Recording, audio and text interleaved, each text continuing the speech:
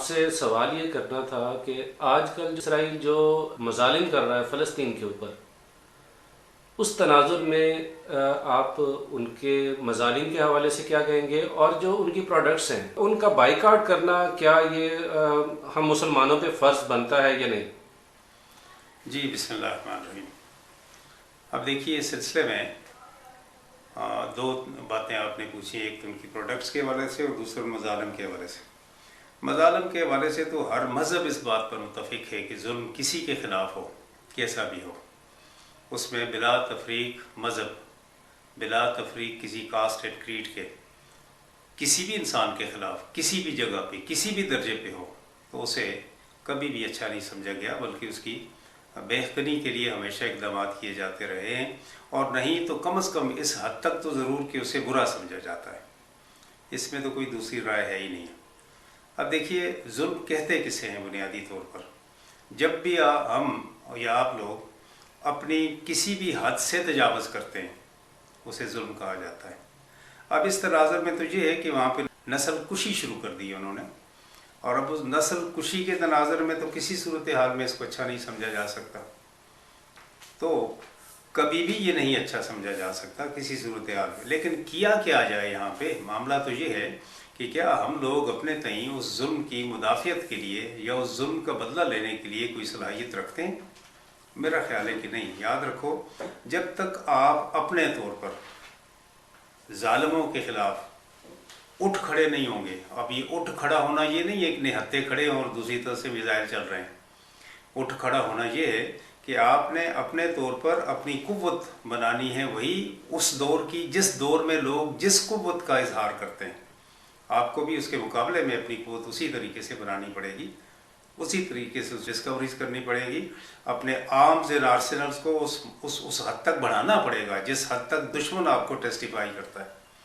اب دیکھیے قرآن مجید کی ایک آیت مبارکہ ہے کہ جب یہ کفار آپ کے خلاف جتھوں کی صورت میں حملہ آور ہوتے ہیں تو آپ بھی جتھے بنو، جب وہ اسلحہ اٹھا کر چلتے ہیں تو آپ بھی اچھے سے اچھا اسلحہ بناؤ۔ اب اس کا میں یہ کہوں گا کہ جرم ضعیفی جب تک ہمارے اندر ہوگی تو مرگ مفاجات ہمارا مقدر ہے، اس کو کوئی نہیں روک سکتا۔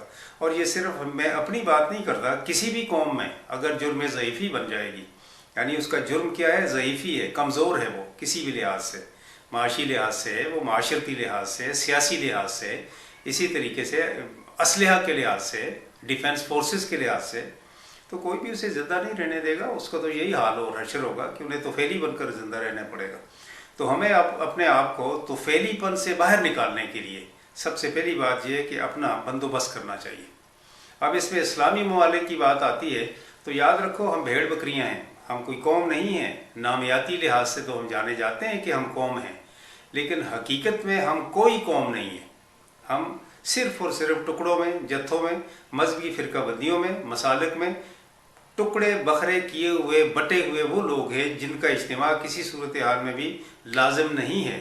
اب یاد رکھیے اس سے بڑی ستم ظریفی کیا ہوگی، جب ہم حج کرنے کے لیے جاتے ہیں تو وہاں بھی ہم اپنی شناختیں مسلمان ہونے کے علاوہ اپنی بناتے پھرتے ہیں اور اس کا پرچار بھی کرتے ہیں۔ ایرانی جائے گا تو اپنے آپ کو ایرانین، اور اس کے بعد ایک آئیڈینٹیفیکیشن ہوگی۔ افریقنز کی اپنی ہوگی، ایشینز کی اپنی ہوگی، پاکستانیز کی اینڈ مڈل ایسٹ والوں کی اپنی ہوگی، ان کے اپنے اپنے انداز ہیں۔ We are not a nation as a whole, we are just like as a fractions. Until and unless we are in faction, none have any kind of resistance to rule us in all respect. کوئی resistance کو نظر نہیں آئے گی، ہمیں تو role کرتا ہی رہے گا وہ ہر حال میں۔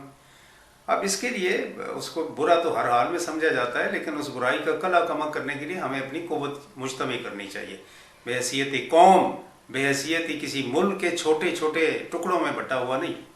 وہ کہا تھا علامہ اقبال نے کہ ایک ہو مسلم حرم کی پاسبانی کے لیے، نیل کے ساحل سے لے کر تا بہا کے کاشغر۔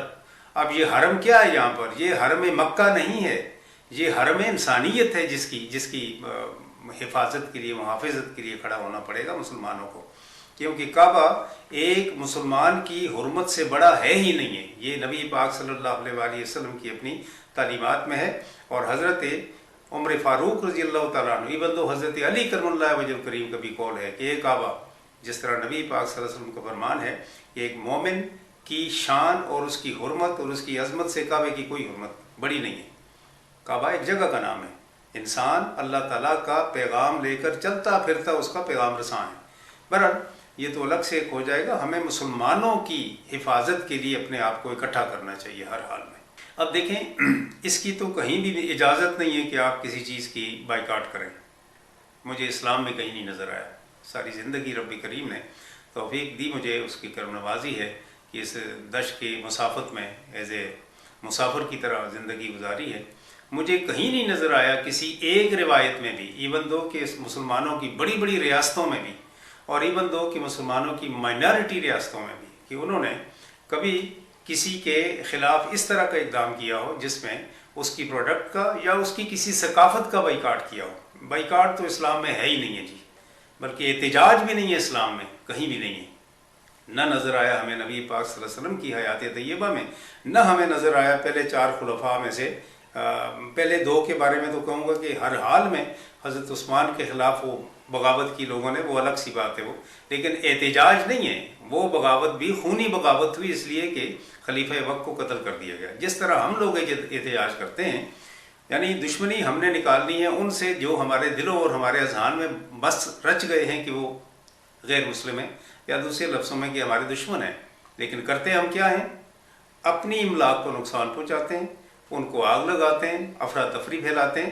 وہ جو تھوڑی بہت ڈیولپمنٹ ہمارے ہاں بائی چانس اللہ کی مرضی سے کبھی ہو جاتی ہے، اسے بھی تباہ و برباد کرنے کے لیے ہم اپنا تن من دھن لگا دیتے ہیں، خود اپنے ہاتھوں سے اپنے آپ کو۔